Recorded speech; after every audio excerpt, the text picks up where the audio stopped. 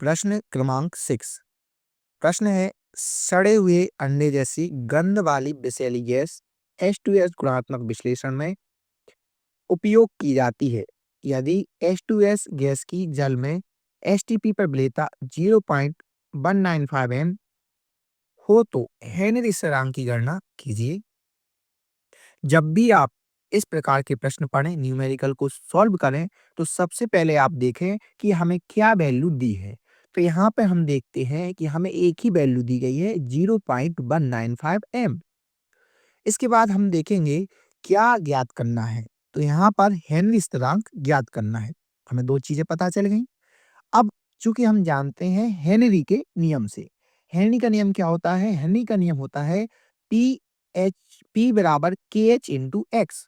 यहाँ पे जो मैंने बेस में H2S लिखा है, यहाँ पे आप देख पा रहे होंगे, इसका मतलब है H2S का आंशिक दाब। P का मतलब है आंशिक दाब, हमने बेस में लिख दिया H2S, मतलब H2S का आंशिक दाब। H2S, X का मतलब क्या है? मूल प्रभाज। H2S का मतलब क्या है? H2S का मूल प्रभाज। KH क्या है? KH है हेनरी स्थिरांक, जो हमें ज्ञात करना है। अब देखते हैं, अब यहाँ पर देखते हैं KH बराबर क्या आ जाएगा? KH बराबर आ जाएगा PH2S अपॉन XH2S। ठीक है, हमें KH ज्ञात करने के लिए, यहाँ पे आपको दिख रहा होगा, हमें KH ज्ञात करने के लिए दो वैल्यू पता करनी है, PH2S और XH2S। PH2S वैल्यू या तो आपको याद हो या फिर प्रश्न में दी हो। तो यहाँ पर प्रश्न में नहीं दी है, क्योंकि PH2S STP पर H2S गैस का आंशिक दाब होता है 0.987 बार। ये वैल्यू आपको याद करनी पड़ेगी और कोई ऑप्शन नहीं है। कभी कभी यह प्रश्न में दी रहती है वैल्यू, कभी कभी यह प्रश्न में नहीं दी रहती है, लेकिन इस प्रश्न में यह वैल्यू नहीं दी गई है, तो यह आपको याद करनी होगी। फिर है XH2S, हमें H2S का मूल प्रभाज कैलकुलेट करना है, तो हम इसको अब कैलकुलेट करते हैं। ठीक है, देखिए यहाँ पे सब कुछ लिखा हुआ है। STP पर PH2S बराबर 0.987 बार, यह मान याद करना होता है। सब कुछ मैंने लिख दिया आपको। सब कुछ इसलिए लिख दिया है कि क्योंकि जो वीडियो का समय है वो कम रहे, वीडियो की लेंथ है वो कम रहे और आपको जल्दी से जल्दी कंसेप्ट समझ में आ जाए। जो वैल्यू दी है, वैल्यू क्या दी है? 0.195 m, यह मूललता दी है। इसका मतलब क्या होता है? 0.195 मूल 1 किलोग्राम में डिसॉल्व है। या हम कह सकते हैं कि जो 0.195 विलेय के मोल हैं, वो 1000 ग्राम H2O विलायक में घुले हुए हैं। चलो, तो हमें ये बताओ, आप यहाँ से आपको क्या चीज मिल गई? तो आप कहेंगे भाई साहब यहाँ से हमें 0.195 विलेय के मोल मिल गए हैं।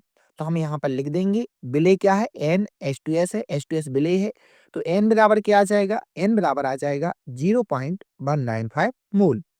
इतना कि आपको समझ में आ गया? ठीक है, अब हमें जो विलायक है, विलायक के हमें मोल कैलकुलेट करने हैं। तो कैसे करते हैं विलायक के मोल कैलकुलेट? तो चूंकि हम जानते हैं मोल बराबर होता है दिया गया भार बटे अणु भार। तो यहाँ पर जो विलेय का भार है, सॉरी विलायक का भार है, वो 1000 ग्राम है और इसका जो विलायक का अणु भार है वो है 18। तो जब आप इसको सॉल्व करेंगे तो आंसर आ जाएगा 55.55 मोल।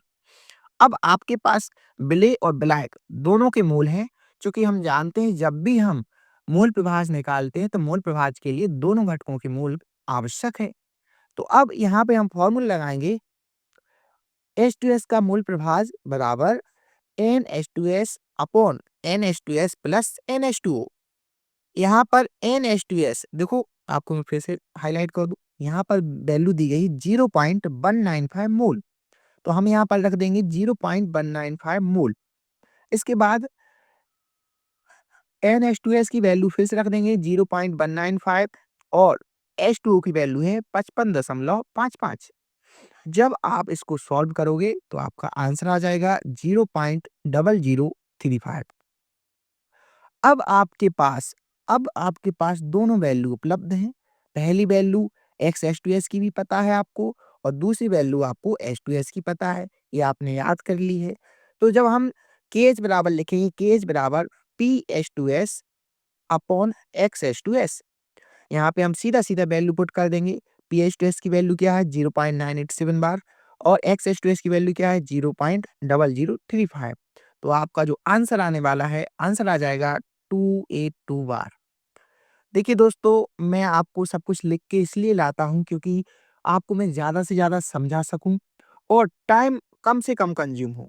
मैं ये कभी नहीं चाहूँगा कि आपका टाइम ज़्यादा बर्बाद हो। तो दोस्तों, अगर आपको ये वीडियो अच्छी लगी हो तो वीडियो को लाइक करें, चैनल पे नए हो सब्सक्राइब ज़रूर करें। अगर आप नोट्स बाय करना चाहते हैं तो डाउनलोड करें Aakash lecture online app. Thank you.